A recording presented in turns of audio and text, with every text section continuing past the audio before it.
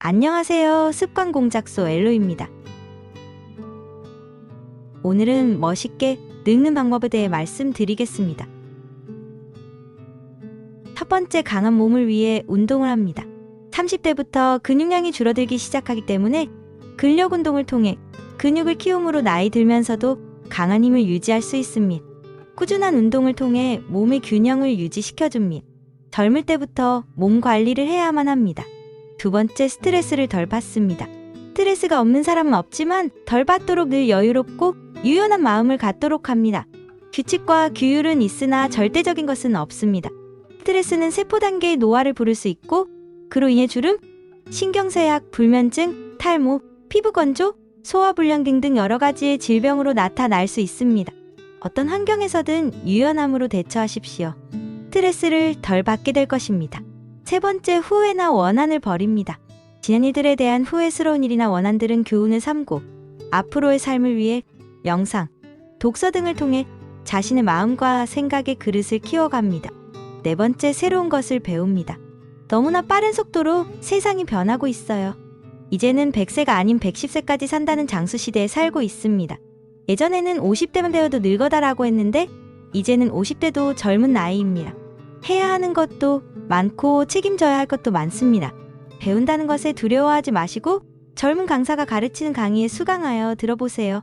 진심으로 새로운 것에 대한 흥미와 적극적인 마음으로 배운다면 삶의 활력과 자신감이 생깁니다.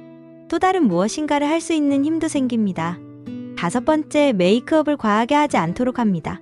깔끔하고 단정한 옷차림과 과하지 않은 메이크업, 은은한 향으로 더욱 멋을 줍니다.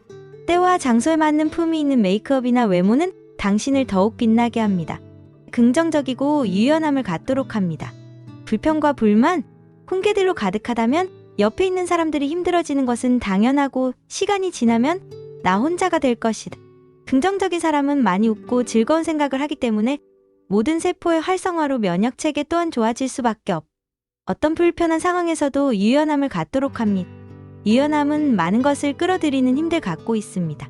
일곱 번째, 충분히 자도록 합니다. 나이 들수록 수면 시간이 짧고 숙면을 취하기 어렵습니다. 삶의 활력을 위해서는 충분한 잠이 반드시 존재합니다.